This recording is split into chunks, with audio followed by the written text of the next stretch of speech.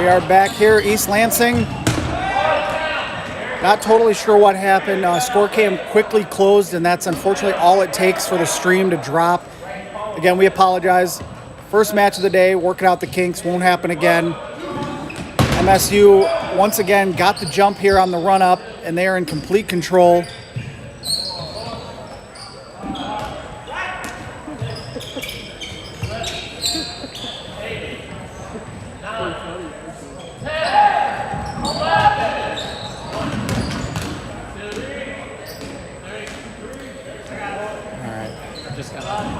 Ooh, good solo throw. Catches Michigan State player Jack Salisbury off guard there. Kind of rises on him and catches him on the shoulder there.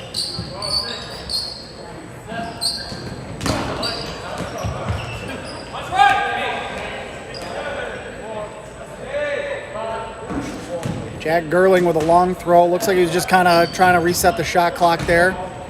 Central Michigan not giving up. They're still playing hard here. They got 5 balls on their side. Going to try to keep some semblance of ball control here. They've really lost. Fedowa got screened. 2 quick kills for the Chips. Trying to grab a little momentum here. That's not going to help there. Tyler Marks, that's easy work for him, and that'll bring Salisbury right back in. So Central Michigan, as Kevin Bailey was saying earlier, they're going to learn a lot from this. Learn a lot from this game. You know, the only way to get better at dodgeball, in my opinion, is you got to play against good players, and they're doing that right now. They're playing against the best. So we apologize for the quick break in the stream there. That was unintended.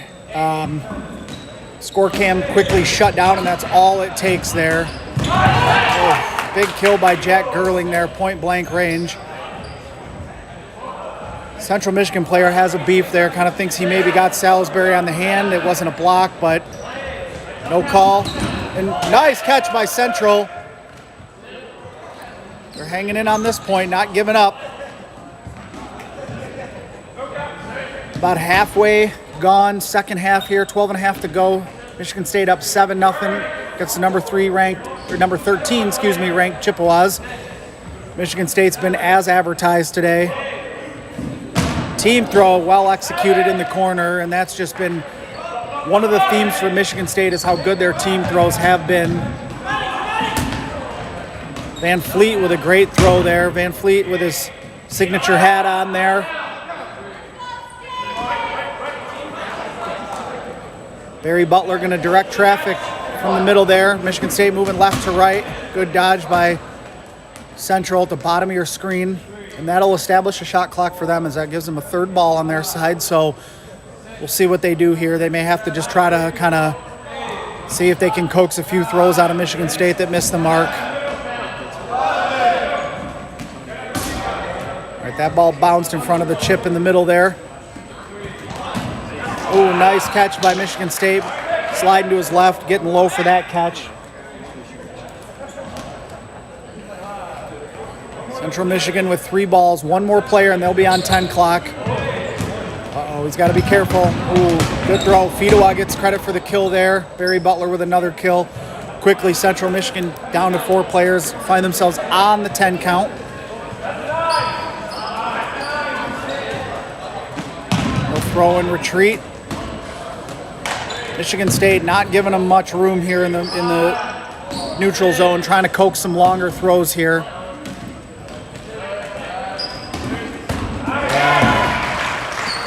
Michigan State coaxing long enough throws, and when those drift too high, those are just easier catches. Just under 11 minutes to go. Running clock here, second half, first match of the day on our featured court, Court 1. Live from East Lansing. Michigan State just all over Central. Uh-oh, he's got to get back. Fedowa kind of had him at point blank and short-armed it. I don't think the Central Michigan player even saw him there. No shot clock for Central Michigan now. Oh, that was the right play for the Chippewa there to go for the catch, and he's a little upset with himself for missing that one. For those of you just joining us, we apologize again for the break in the stream. We had an intentional break at halftime so we could get a better quality stream going with the resolution here and the frame rate and everything. We had an unintentional break as score cam kind of shut on us. So if you could just please reshare this stream. This is the one we want to direct everybody to. That should not happen again. We want to get as many people watching as we can. Got an exciting full slate of dodgeball action. If you're just joining us, this is our first match of the day. MSU holding serve right now against number 13 Central Michigan. Later after this, our next match will be Grand Valley versus Saginaw Valley. We'll see if we can get you a score update from court number 2. But last we had heard Grand Valley was up on Western Michigan 4-0 at halftime. We'll update you on that as the scores come in. But next on this court, we'll have Grand Valley and Saginaw Valley. Always a great matchup there, the Battle of the Valleys.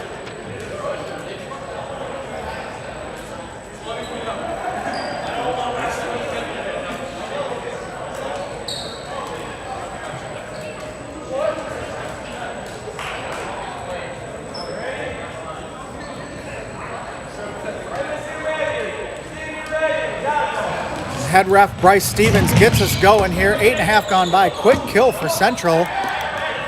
Grand Valley State against Saginaw Valley State coming up next on this court. As a quick reminder, thank you to all the viewers, and just as a quick request, if you could hit subscribe on our YouTube channel. We're trying to get up to 1,000 subscribers. See if we can start making the league a little bit of extra money off of YouTube. 11, 12. Yes, sir. So Michigan State, well executed throw, gets the kill in the middle there. This game was nice catch. What a catch in the stretch there. I've said it a couple times. He gets nice and low, looking like a first baseman stretch there. That's true.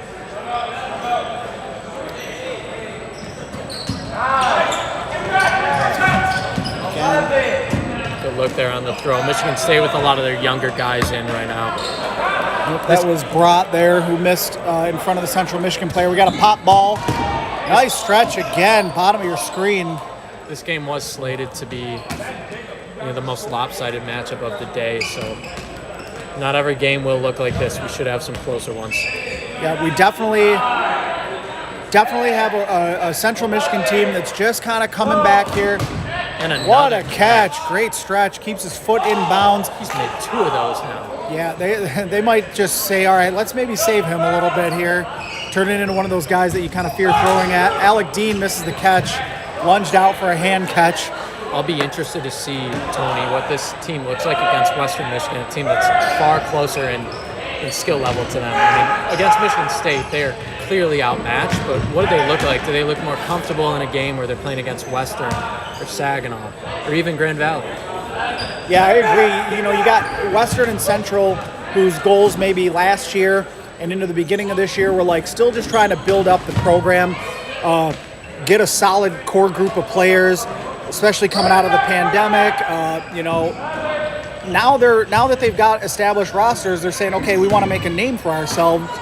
And having that natural geographic rivalry of Central Western, I can't wait to see it and see how that rivalry grows over the years. Absolutely. As we wind down here with 6 minutes to go, who stood out to you, Tony? I know that you've seen Michigan State live already this season. Who stood out to you on that roster? Maybe not just the top players, but in terms of who maybe is turning a corner. Well, yeah, I mean, I think the usual suspects. You got your 4 senior captains, and you could name them every tournament. They've been a little quiet here today, as expected during this matchup. Nice cross throw as the Central Michigan player was falling backwards. But I'd say Barabal over there, backwards hat, freshman. Yep. He's had a very, very good point for them. I knew he was talented. Watched him a couple weeks ago at the Grand Valley Gauntlet. Jumped off the page a little bit more today, I'll tell you that. So yeah, he's a name we'll probably call a few more times today. Oh, what a Another catch. And we'll have to find out his name. He deserves recognition. He's been arguably Central's best player in this game. Absolutely. I think, whoa. He's got to work on his throws, that's for sure. I've seen a few wild throws from him, but when it comes to catching, he just has that talent that you can't coach that. It's just instincts. I think the arm strength is there, and this is the best point. Another catch by Central. Catching and out, a catch and an out there. Yep. So if you're Central Michigan, you'll take that all day. Right now, Central Michigan, this is the first time they've really had the player advantage. They're calling that a catch. Okay, DQ. Oh, Hackman almost got in his way. That would have been a team catch still. Instead, that benefits them more to have just a solo catch. Oh, and Hackman gets taken out there, going down low for the catch. Central Michigan, give them credit. They are not giving up. They are hanging in there. Good block. 4 minutes to go here. We'll try and get an update from the other court. On the other court, we had Grand Valley facing off against Western Michigan. Good dodging. Nice cross. Just bounces in front of Crockett. Yeah, that's a much better throw. That's good to see. He's uncorked a couple nice throws low. I think he just got a little wild with that one that sailed on him. But Central Michigan's got, keep an eye in the corner on Central Michigan. That player, again, we don't know everyone's name, but the player in the far corner as well. He seems to have a good arm. He seems to be one of their offensive leaders. So the one thing Central Michigan maybe lacks right now, and that's a team that's just trying to get their feet back under them on the recruiting trail, get the program reestablished. The hardest thing to do is have depth. But I tell you what, if they find themselves in an overtime matchup with somebody, I'd be intrigued to see their overtime six playing together out there. Oh, yeah. Because there's a talented top half of this team, and the rest of these guys, they're going to figure it out. So Central Michigan is no stranger to rebuilds. They won a national title back in 2011, I believe it was, and came out of that rebuild. It took a couple years, but then they were perennial contenders after that. So sometimes there's ebbs and flows. Good block. It's tough with COVID-19 pandemic, obviously, with 2 seasons off from college dodgeball. It hit some schools harder than others. Central Michigan, one of those teams that nearly went fully defunct. I mean, they were inactive for 2 years, and now they're back. This is sort of like revamping as a completely new member team of the NCDA. So it's great to see them out here, and it's good to see a storied program like Central Michigan not go completely off the map. It's good to see them back in action at MDC. Absolutely. Good block there. And yeah, like you were saying, Tony, back in 2011, Central Michigan won their only national title. They also made the title game. They've made the title game 6 times in program history, which is incredible, and I think it's the second most of any school ever. So yeah, them and Grand Valley had a little Cavaliers-Warriors type rivalry there where you could just kind of pencil those teams in for the finals. And there's a kill. There's a kill there, and Michigan State in danger of going on the 10 clock here. Then again, Central Michigan already is. Nice block. Way to cover his teammate there at the last second on the cross throw. So Michigan State, I don't think they're going to exert too much energy really trying to get this point. They're just, Baraball with a beautiful catch. Of course, now they might.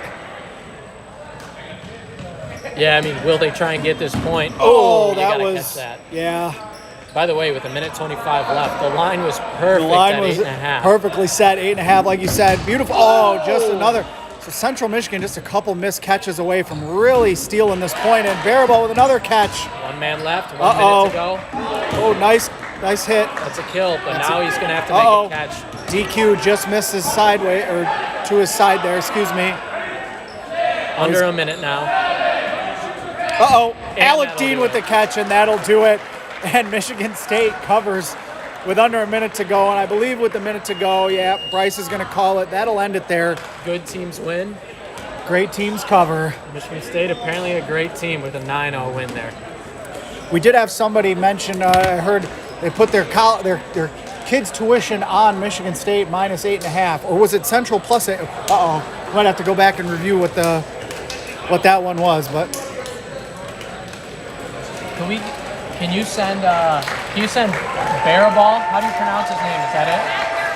Yeah, can you send him up? We'll get an interview with Baraball. He was probably a standout player from that game. You can listen to the crowd really get into it, cheering on their Spartans. Their first game back. after the events of Monday, and they came out firing, inspired, taking this one 9-0, really leaving no doubt. They're looking to hold serve here. Props to them. Props to their coaches and leadership. And they got a good fan base there. The whole MSU section. You'll see more people there as we go throughout the day. We got 2 teams up top playing in a different court, so half the people from this tournament aren't even in this building. But we got a good showing. Yeah, you love to see that. This is what dodgeball should look like. Stands like this, right over top of the action, in front of you, hard hitting. This is great. This is what I vision for the sport here. Yep. And Tony, we'll get you a quick interview with. Yeah, we're gonna try to see if we can't get one of those talented Spartan rookies, Zach Baraball, up here. See if we can't get an interview. Matt Baraball. Yeah, what'd I say? I thought you said Zach.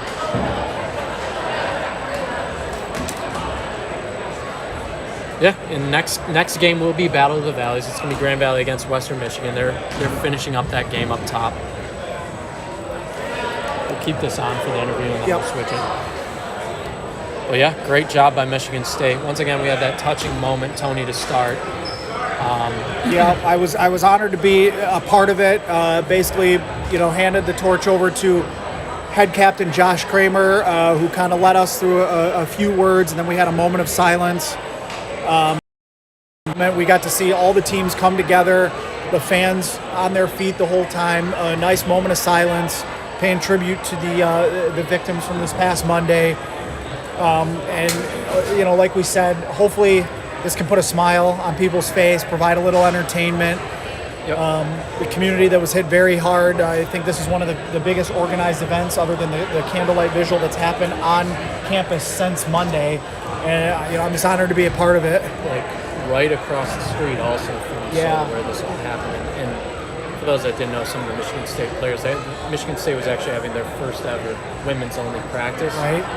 When the whole thing went down, so day they'll never forget. And we're happy that they're all still here, and credit to the first responders, campus police, the other members of law enforcement throughout the county that all came together to make sure everybody was safe and everybody was taken care of. And now let's transition to a more positive note. I do number 23, Matt Baraball. Hey, great job out there. You. How you guys feeling? Game 1 under your belt today? Pretty good. Yeah, we started off a little shaky at the beginning, but it's easy explaining. We didn't practice all week, had a rough week, but we ended up bringing it together and worked to see more near the end. Finished out pretty well. What would you say there's one thing you guys need to work on throughout the day? Like you said, you had to shake off a little bit of rust. It's been a trying week, no practice, but you guys look crisp to me out there, but I don't see the same nuances you guys do. So at the beginning, we were kind of we were wasting throws. We were the team throws weren't there. We weren't connecting on them, which we normally do. So I think as the day goes on, we got to work more on that pace, keeping ball control, go back to our game right at the beginning of the year. Now, correct me if I'm wrong. You guys are up right away here on court 2? Yeah. Okay, awesome. Well, listen, it's funny because Kevin and I were talking about how crisp your team throws looked, and that just shows how hard you guys are on yourself and the standard you guys have set, that we see it one way and you see it a totally other way. But I don't want to take up too much of your time. I know you got another matchup. We'll see you back here later. Yeah, thank you for joining us. Thank you. That's a talented rookie, Matt Baraball there. He jumped off the page to me. He had a lot of catches. He's got a live arm, and you can just see that Michigan State team, they hold themselves to a very high standard. They're number 1, undefeated for a reason. Our next matchup here, as we said, they're wrapping up the game over on court 2. That was Grand Valley and Western Michigan. Grand Valley will come off that game, join us down here on court 1, taking on a fresh Saginaw Valley. It'll be their first matchup of the day here. Battle of the Valleys usually gives us a classic, especially here at MDC. I think it was 2013, 2014, arguably the most talented Grand Valley team we've maybe ever seen, and they got pushed to their limit and beaten by Saginaw Valley. Grand Valley would eventually get revenge that season at Nationals, but expect an instant classic here. And I'm going to turn the camera now. We got Grand Valley now entering court from the left side. Nobody gets to stare at my ugly mug any longer, so We're going to get you down on the court. We'll get the scoreboard updated. Next matchup is going to be the Battle of the Valley, so hang with us, folks.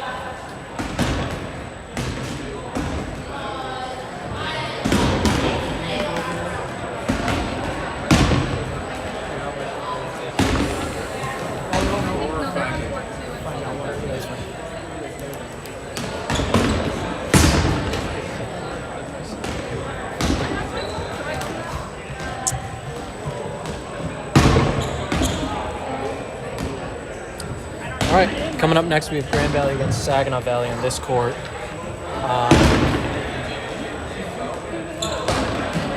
As a quick update, Grand Valley defeats Western Michigan by a score of 5-1. Western Michigan was able to get a point off of them, which is a good sign. On the other court, we have Michigan State facing off against Western Michigan. So, Real quick score update over from Court 2. Match 1 over there, Grand Valley versus Western Michigan. Grand Valley taking that one 5-1. I do not have the locked-in spread in front of me.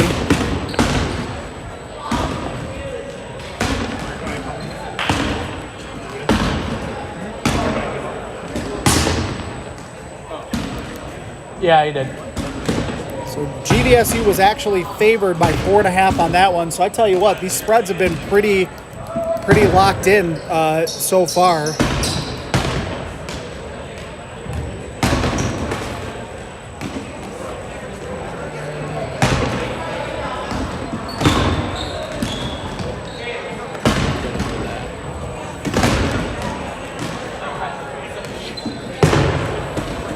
Saginaw is going to take a few minutes to warm up here. Grand Valley coming off their first matchup, which was a 5-1 win over Western.